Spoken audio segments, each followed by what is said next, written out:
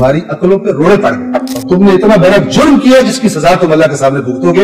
इस कुरान के मतन को लोगों के ज़हनों में मुबाम करार दे जो तुमने किया है, अनकरीब तैयार हो जाओ, अल्लाह तुम्हारे साथ क्या कर। चाहे तुमने अपना नाम शिया रखा है, चाहे अपना नाम सुन्नी रखा है, चाहे बरेलवी, चाहे देवबंदी, चाहे हदीस, जो भी कुरान के मतन की। और इस तरह फिर बंदे कहते हैं हमें क्या पता अल्लाह ने क्या कहा है, इसके तो 20 मीनिंग है। तुम्हारी अकलों पे रोड़े पड़ गए और तुमने इतना बड़ा जुर्म किया जिसकी सजा तुम अल्लाह के सामने भुगतोगे।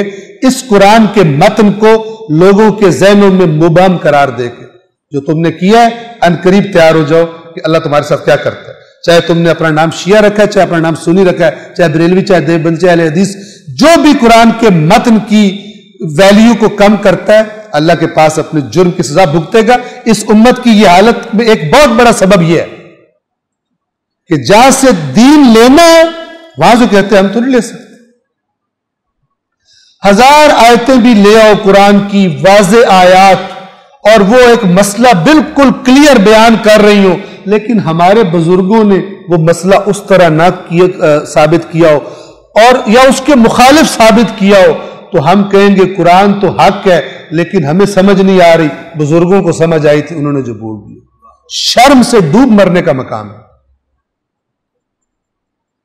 अगर किसी कौम की जिल्लत के लिए ये एक चीज ही हो, अल्लाह को काफी है, उसका हक बनता जलील करे इनको, जिन्होंने अल्लाह की किताब पर यह तोहमत लगाई। ये बेकार है आज की सदी में, आज के दिन ये बेकार है, इसकी कोई समझ नहीं सकता। जो पहले बुजुर्ग कह गए उन्हीं की बात हो जाती।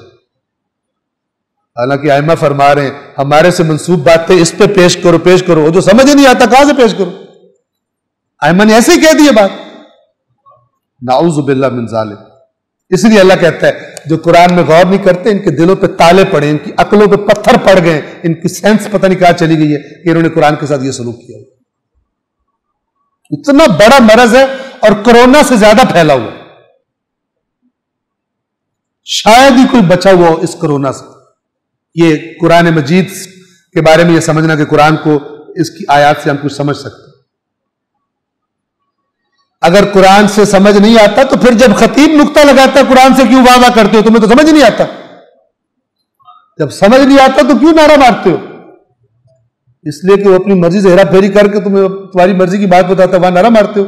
और जब मैं अपने मौला पे मेरे माँ बाप फिदा हूं, मौला अली अलैहिस्सलातु वस्सलाम खुतबा नंबर 147 में नहजुल बलागा में फरमाते हैं मेरे बाद तुम पर ऐसा जमाना आएगा कि जब कुरान को उस तरह पढ़ा जाएगा जिस तरह कुरान को पढ़ने का हक है, कहेंगे घाटा ही घाटा है इस कुरान में, हमने नहीं आने नजदीक इसके। और जब कुरान की हेरा फेरी करके इनको बताया जाएगा तब कहेंगे वाह वाह, कुरान जैसी तो किताब ही कोई नहीं।